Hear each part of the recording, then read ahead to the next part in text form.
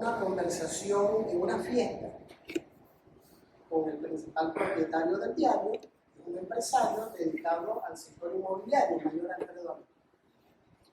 En esa época yo era director de la Estrella de Panamá y él me hablaba de hacer un diario gratuito. Yo le decía, es que el mercado no quiere cosas gratuitas. Lo gratuito se ve como lo mal hecho. En el pasar del tiempo, hace como 12 años, nos encontramos y decidimos meternos en esa aventura, un poquito más, 13 años. Un año de estudios para poder construir este diario. Lo primero que hicimos fue estudiar los diarios panameños. Cuántas páginas, contenido, publicidad, el mercado publicitario era muy bueno, la empresa privada anunciaba muy bien, y se tomó la decisión de hacer un diario tabloide gratuito de distribución masiva, con una diferencia: noticias muy locales y noticias escritas como si fueran en Twitter, pequeñas. La primera edición, 100.000 ejemplares. El desafío era cómo distribuirlo. Y para eso nos fuimos a República Dominicana, a México, a Perú, a Colombia, a ver qué había. Y creamos un sistema de distribución propio, con un personal que distribuía el periódico en los autobuses, en la terminal de transporte, que es propiedad del propietario del diario. Y siempre nos preguntábamos si el público iba a tomar el diario, leerlo y tirarlo. Y resulta que no. La gente lo tomaba, lo leía y se lo llevaba a su casa. Y cuando encuestábamos, ¿qué nos decían? Es que tienen noticias que nos interesan. Posiblemente las notas que los diarios nos hemos olvidado hoy, porque estamos preocupados por los grandes temas de gobernanza, de institucionalidad, de economía, que son esos problemas cotidianos de la gente, de luz, agua, de electricidad, delincuencia, obras públicas que no se terminan. Y también descubrimos que la gente te pide mucho el balance. Si un producto es bien hecho, no importa cuánto cuesta, la gente te lo compra. Es como cuando uno va a un restaurante o a un hotel. Si el servicio es malo, no regresas. Si el servicio es bueno, pero es costoso, tú regresas. Y yo hice algunas anotaciones porque hay un antes y un después. Nosotros comenzamos imprimiendo en una rotativa Tensor con 40.000 ejemplares por hora, y cuando llegó la pandemia, y a todos nos pasó, la primera decisión, hablando con el equipo técnico, ¿podemos o no podemos preparar el diario, excepto la impresión y la distribución, desde la casa? Y la respuesta fue sí. ¿Y qué fue lo primero que hubo que hacer? Un inventario. ¿Qué teníamos? ¿Cuánto equipo? Para descubrir cuántas computadoras, cuántos programas y cuántos periodistas, diseñadores y personal técnico tenía en su casa internet. Y descubrimos que muchos no tenían internet. Yo no sé cómo es en otros países, pero aquí la mayoría de los periodistas viven en los extremos de la ciudad. Te toma 3-4 horas venir al centro para trabajar en el diario. Entonces, construir un espacio en la casa para poder hacer el diario todos los días durante toda la pandemia. Y eso eran días en que teníamos 2 horas para salir a hacer compras, ir al banco o hacer una diligencia. No había más tiempo. Y los periodistas medio limitados para hacer su trabajo en la calle. Llegamos a tener 3 ediciones de Metrolínea. Una en la mañana y una en la tarde. Y un periódico los domingos, solo dedicado a cultura, a gastronomía y a tecnología. Porque para sorpresa nuestra, un gran número de lectores no quería saber de la política. Asumen que todos los políticos son corruptos, que todos los políticos roban y que ya están hastiados de la nota política. Producto de las diversas crisis económicas que hemos vivido, decidimos no hacer el periódico en la tarde, no hacer el periódico en los domingos y fusionar dos periódicos. Teníamos dos periódicos, Metro Libre y Hora Cero. Uno que era político y Metro Libre que era de noticias generales y comunitarias. Y el periodiquito tamaño tabloide se convirtió en un berlinés, ya no era metropolitano, ya desde hace 7 años un periódico pago de circulación nacional. Y hemos estado trabajando en los últimos 4 o 5 años en un proyecto de fortalecer toda nuestra propuesta digital. Un poco a ciegas, un poco viendo lo que hacen los otros, equivocándonos, comprando equipos que después nos damos cuenta que no era el correcto, buscando talentos, que es el gran problema que tenemos hoy en los medios de comunicación. Tenemos periodistas todos graduados de las universidades, pero fueron educados en la vieja escuela. Y lo único que saben es usar el celular. Pero no le hablen de inteligencia artificial, no le hablen de los programas de diseño, porque no los conocen o no los entienden. Ese es otro desafío, educar. Así como tenemos que educar a los periodistas en valores democráticos, los tenemos que educar en tecnología. No sabemos qué va a pasar mañana. De verdad que no lo sabemos. Sí sabemos que tenemos una versión e-paper o newsletter, que es la versión en papel, y que le distribuimos a 140.000 personas por redes sociales. Pero resulta que no les cobramos. Le damos la versión gratuita en redes sociales. Y escuchaba aquí a uno de los conferencistas hablar sobre eso. Nos acostumbramos en Panamá a creer que la gente no va a pagar. Yo creo que la gente va a pagar si el contenido es bueno, si el contenido es exclusivo. Me preguntan, bueno, ¿por qué se metieron en esta aventura de hacer un periódico en papel cuando el mundo va cambiando? Posiblemente hay algo de romanticismo, algo de creer que los medios en papel van a sobrevivir mucho tiempo. Cuando llegó la pandemia, fuimos obligados a tomar varias decisiones de carácter financiero. Lo primero, reducir la plantilla. Eso es muy doloroso cuando tú tienes que salir de personal que ya tiene una experiencia. De 190 personas, porque es un periódico que no es muy grande, ahora somos 50. El mismo periódico lo hacemos con 50 personas. Pero además de eso, fortalecimos todos los productos digitales. Ahora estamos en la idea, y lo venimos trabajando, de construir un estudio de grabación pequeño, porque hacemos podcast, entrevistas, pero hemos comenzado a improvisar, ¿no? Cualquier esquina es buena para poner un cartel, unas luces, una cámara y grabar. El público te está pidiendo más material audiovisual. ¿Qué cosas hicimos también en pandemia? Decidimos no imprimir nosotros. Y ahora se imprime en otra empresa. Y a eso nos veremos obligados la mayoría de los medios, a tener una o dos empresas que le impriman al resto para reducir costos. Teníamos 16 personas en esa rotativa. Ahora no las tenemos. El sistema de distribución eran más o menos diarios 40 personas. Ahora una empresa nos da ese servicio. Son decisiones que se han tenido que tomar, que las evaluamos al principio cuando este proyecto se estaba desarrollando y que pensamos que lo podíamos hacer, pero los costos son muy elevados. Y además hay una realidad en el mercado panameño.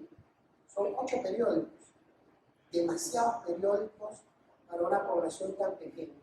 Y al final van a sobrevivir en el medio impreso aquellos que mantengan un contenido mucho más exclusivo, más investigado, más elaborado, entendiendo tampoco que tenemos 3.000 temas diarios. Generalmente es un círculo vicioso de temas. Pero sí descubrimos algo con Metro Libre.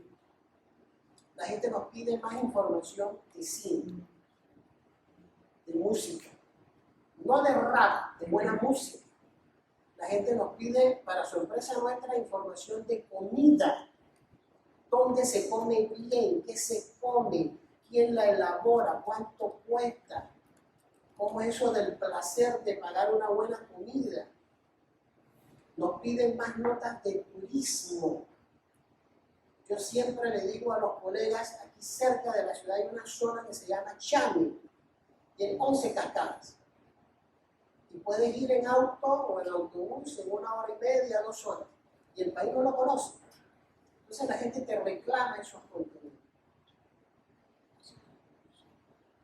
¿Qué va a pasar? Posiblemente, porque aquí los medios, lamentablemente, también somos afectados por los ciclos políticos. Cada vez que viene un gobierno nuevo, en algo afecta económicamente a los medios. Yo creo que esta ola de reducción de ingresos ha venido en los últimos 3 gobiernos. Sobre todo porque yo creo que los medios cometimos un error en Panamá. En algún momento la pauta de gobierno fue un ingreso importante. Asumo que en muchos países es igual. Y los gobiernos comenzaron a reducir sus pautas. No porque no necesitaran anunciar, sino por razones de carácter político. No hay en América Latina, o excepto pocos casos, países donde los gobiernos pauten de manera equilibrada. Eso no existe. Y la empresa privada, que siempre reclama que los medios seamos independientes, objetivos, masivos, dejó de anunciar. Y tampoco trasladó la pauta de manera masiva a los medios digitales. Y las pocas pautas que tú puedes ver de la empresa privada en los medios digitales es una cosa financieramente muy pequeña. No creen todavía en el valor de pautar ni en e-paper, ni en podcast, ni en entrevistas exclusivas, ni en reportajes exclusivos. Algunos medios, como Metro Libre, han ensayado los contenidos patrocinados. Es un mercado todavía que se está explorando. Y lo que decidimos en medio de la pandemia fue, terminó la crisis, todos volvimos a la redacción. Un poco para reencontrarnos, vernos las caras, dar mejores instrucciones. Los primeros 6 meses todo el mundo con mascarilla. Se levantó la prohibición, nadie usa mascarilla, todavía se usa el alcohol para las manos. Y segundo, decidimos desde el principio no imprimir sábado y domingo. Creo que el diario La Prensa está ensayando eso también, de no imprimir fines de semana o días de fiesta. Y hay otros medios que están haciendo lo mismo. Sin embargo, se mantiene la versión e-paper, se mantiene la versión digital. Otra cosa que hicimos después de pandemia fue que decidimos que los fines de semana se trabaja en casa. Entonces es medio híbrido. Todo el sábado, todo el domingo, lo que es la versión digital o la versión impresa el lunes, los periodistas que están asignados a esas jornadas trabajan desde su casa. Esta aventura digital, como yo le llamo, nos obligó a los que venimos de la vieja escuela, que estudiamos y aprendimos con máquinas Underwood, y yo lo puedo decir, yo entré a la Estrella de Panamá recién graduado, íbamos saliendo del plomo, y entramos al Oxford, y hemos tenido que aprender a filmar, a editar, a hacer memes, a trabajar tantas cosas que nos pide el mundo digital paralelo a la versión impresa. Con una cosa muy importante que hemos tratado de diferenciar o de darle independencia a la versión digital de la versión impresa. Lo único que la versión impresa apoya a la versión digital es que se publique el contenido del día siguiente. Y nos está obligando a esta realidad del mercado, que no es la misma que vimos hace 11 años cuando iniciamos este proyecto, a tratar de investigar más, ya la noticia del incendio, de la muerte, ya no nos sirve. Posiblemente la sacamos, pero una cosita así chiquita de 10 palabritas y ya, porque en la versión digital está. ¿Cuáles son nuestros adversarios? Lo que yo le llamo adversarios. Las redes sociales crearon lo que yo llamo un periodismo silvestre, ciudadano. Y todo el que tiene un celular es ahora periodista. No es profesional, pero es periodista. Y él filma, comenta, divulga, desinforma. Y el ciudadano que no está dedicado a la comunicación asume que ese es el periodismo real. Y no hemos logrado todavía quitarle ese protagonismo a esa gente que está todos los días haciendo eso, para bien o para mal. Lo otro es que hay un pecado que se está cometiendo y que nosotros en Metro Libre tratamos de que no nos atrape mucho. Antes teníamos nuestras propias fuentes, antes teníamos nuestras exclusivas. Ahora resulta que nos montamos lo que saca alguien en las redes sociales. Y ahí perdemos. Inclusive yo lo veo en la televisión nuestra. Yo pongo los canales de televisión, escuché aquí que hablaron maravillas de Panamá. Yo creo que Panamá sí es un país maravilloso. Y pongo la televisión en la mañana, 40 noticias y 60 son malas. No 40, 60 son malas. Y ahora los periodistas, sobre todo los de televisión, son políticos y opinan de las noticias y califican y juzgan y condenan. Y entonces el que lee periódicos quiere que los periódicos también seamos tribunales. Una filosofía de Metro Libre desde el día 1 es que nosotros apostamos por las noticias positivas. Siempre publicamos lo demás, pero va adentro. No van a encontrar en ninguna edición de Metro Libre, a menos que sea un tema grave de democracia o de derechos humanos, van a ver una nota positiva o una foto de esa que causa dolor. Siempre estamos pensando quién va a invertir, quién va a hacer algo positivo, quién se destaca en la ciencia o en el arte. Y nos preguntan, pero es que lo malo es noticia. Y yo digo, no, lo bueno también es noticia. Frente al 10% de cosas negativas, hay un 90% de temas que le podemos decir a la gente, bien escritos, bien presentados, bien redactados. El día de hoy, Metro Libre llegó a tener una circulación. Yo digo circulación, pero imprimía y distribuía gratuitamente de 100.000 a 140.000 euros. Cuando cumplió el primer año, cosas que uno decide en el entusiasmo del primer año, cuando en la industria decían, bueno, es un periódico que va a durar 2 o 3 años, decidimos imprimir esa tarde, tomamos la decisión, vamos a imprimir 200 ejemplares, 200.000 ejemplares, pero nos dimos cuenta que no teníamos con quién distribuir los 200.000, teníamos para 100.000. Entonces armamos equipos y todos los periodistas, editores, los aseadores, todos salieron a la calle a distribuir la edición gratuita. Hoy Metro Libre es una marca internacional y una marca local. Del periodiquito, que nos decían así, el periodiquito ahora es un periódico. Nos cuidamos mucho del manejo de las fuentes. No somos un periódico político. No sé si en el futuro lo seremos. Todo va a depender de los desafíos democráticos que enfrentamos, porque enfrentamos desafíos democráticos en un país donde un sector de la ciudadanía dice robó pero hizo. Pero los otros robaron, pero no importa, todos roban, pero ese robó, hizo y me dio algo. Entonces cuando uno escucha esas cosas, uno se pregunta, ¿debemos los medios quedarnos callados o tenemos que hablar? Es un gran desafío que tiene este país. Es más importante que un hueco en la calle, que una comunidad que no tiene agua, que se puede resolver con una decisión técnica. Yo sé que en muchos países hay estos problemas institucionales, cada uno con su propio acento. El nuestro es particularmente retador.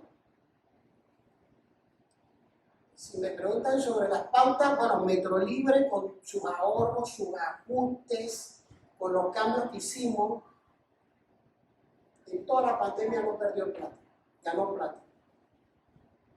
Antes de la pandemia, los últimos 3 años perdimos plata, dinero. Bueno, comenzamos a hacer cosas distintas, a buscar ingresos por otros lados. En algún momento nos planteamos, bueno, tendrá el periódico que sea accionista de algunas empresas. Yo decía en broma, ¿no? Compremos terrenos de cementarios y la gente también fallece, ¿no? Y ahí tenemos un ingreso. He escuchado de empresas periodísticas que tienen propiedades, acciones, organizan conciertos, porque ya la publicidad hoy no es ni va a ser el principal ingreso de los medios, ni siquiera en los medios digitales. Cada vez que le hablamos al lector de cobrarle, él reacciona. Es un proceso largo para que entienda que tiene que pagar por los contenidos. Por una razón muy simple. Lo dimos gratis desde el principio. Y ahora tenemos una serie de emprendimientos digitales gratuitos que terminan publicando casi la mayoría de los temas que tienen los medios impresos. ¿Dónde va a estar la diferencia? En la investigación.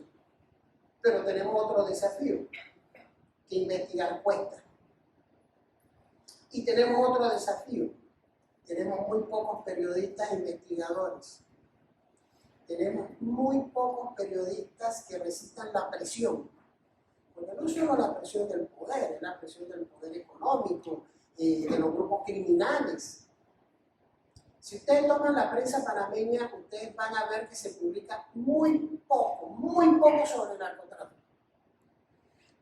En un país donde hay historias recientes y crecientes sospechas de narcopolítica, de lavado de dinero y de todo lo que ya se sabe. Pero ha habido una decisión de la prensa panameña de tocar ese tema en particular. En un país tan pequeño donde todo el mundo es familia, todo el mundo se conoce, hacen un negocio y todos están ahí, es bastante complicado para la parte editorial. En la parte técnica, hace poco tomamos la decisión de aliarnos con Procter Media, en el programa Millennium, un poco para avanzar en el proceso de una producción mucho más ágil del diario. Y ahí comenzaron a surgir una serie de preguntas para el medio impreso. Bueno, ¿dejamos o no dejamos hacer medio impreso? Hagamos el interruptor y nos vamos a lo digital. No podemos. 99% de los ingresos nuestros provienen de las actividades impresas. Ese 1% de lo digital no sube mucho. Y si tú vas a una gran empresa y le propones un tema y dices, no, yo mismo lo hago. Si yo mismo lo hago es que subir algo en Twitter, Instagram, Facebook, TikTok. Sí hemos descubierto que hay una beta interesante, que la hemos ensayado y que la estamos evaluando, que es que ahora el lector te pide el periódico, el newsletter, el e-paper. Porque es más fácil. Se lo mandamos la versión PDF y le mandamos una dirección, él abre esa dirección y él comienza a pasar el periódico y lo va a ver como si lo tuviera en papel. No tiene que ir a comprarlo, no tiene que hacer fila, y lo ve en su celular, en su tableta, en su computadora. Hoy gratuito, mañana tendrá que ser pago. ¿Cómo se distribuye hoy el periódico? A diferencia de la versión gratuita, que por cierto cuento esto como algo gracioso, llegamos a tener unas chicas, suena machista, pero llegamos a tener unas chicas muy curvilíneas para distribuir el periódico en las variedades de alto nivel. está la gente más adinerada, Costa del Este y esos lugares por aquí. Teníamos 10 chicas bien vestidas, muy bonitas, parecían modelos, y ellas distribuían el periódico de carro en carro todas las mañanas. Resulta que la gente paraba, sobre todo el público masculino, para tomar el periódico por la chica, pero fue una estrategia para que la gente conociera el producto gratuito. Hoy nos preguntan que por qué no seguimos distribuyéndolo gratuitamente. Bueno, es que nos cuesta y no hay los suficientes anunciantes para dar un producto gratuito. Yo en lo personal creo en los medios gratuitos, siempre y cuando tengan financiamiento, sobre todo para un sector de la población que no tiene la posibilidad hoy de acceder a un medio de comunicación, excepto a la televisión o a la radio. Estamos hablando posiblemente de 2 millones de panameños que viven en las áreas marginales o fuera de la ciudad, que no tienen la posibilidad de leer un periódico. ¿Y quiénes leen los periódicos hoy? Una élite, una minoría. Por eso es que cuando trasladamos esa versión de papel a las redes sociales y vemos que tenemos 140.000 personas que lo consumen, decimos, oye, por ahí tenemos que irnos. Y cuesta mucho el papel, cuesta mucho imprimir. Antes tú cuando imprimías aquí, hacías pruebas y pruebas y pruebas hasta que sacaras una edición bien limpia. Ahora también por costo, bueno, sí está un poquito manchado, pero el anuncio está bien. Pero la página donde está la noticia está un poquito así como lavadita. Mándalo. Hasta esas cosas se han tenido que hacer para reducir costos. Hay medios colegas y medios amigos que nos ha golpeado más o a otros menos, pero créanme que cada vez que tenemos que salir de alguien de la planilla, nosotros lo pensamos mucho, le damos vuelta, porque se crea una relación de familia. Y sabemos que ese que sale del medio posiblemente no encuentre el trabajo en otro medio, porque son situaciones similares. Y lo más seguro es que termine enganchado en una oficina de gobierno haciendo relaciones públicas, que es la única opción que tiene. Hace como 2 años decidimos comenzar a publicar los precios del cobre, el oro, el petróleo y todos esos metales. Y también, para mi sorpresa, el día que no lo publicamos tenemos muchos reclamos. Yo no he podido identificar esos lectores, pero hay gente que le interesa saber del precio del cobre, el oro, la plata, el petróleo, el gas. Pero el día que no les publico la página de comida, también la reclaman. Panamá es un país donde comer es caro, pero es sabroso.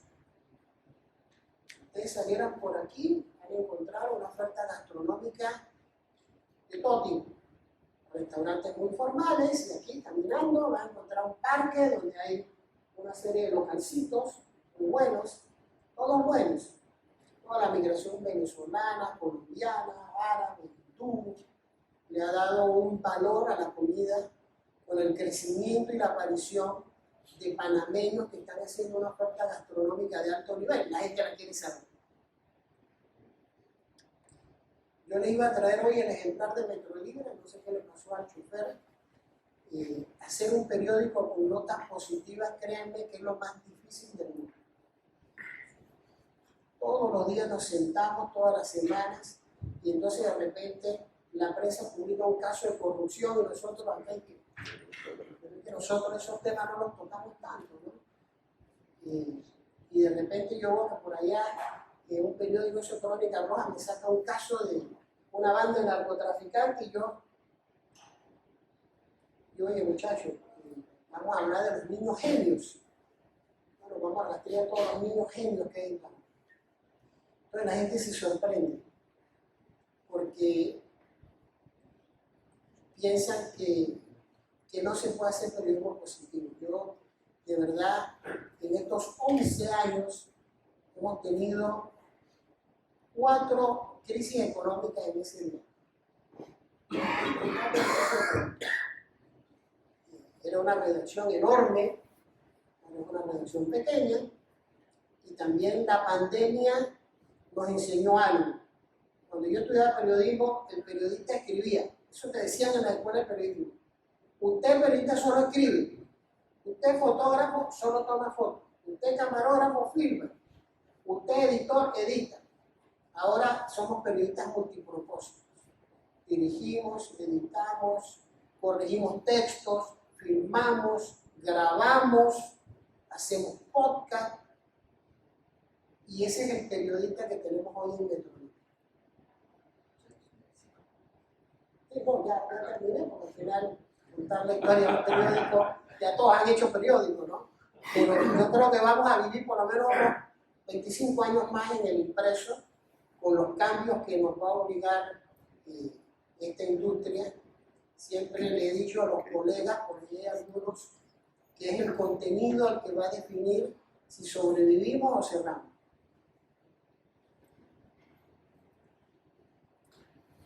Gracias.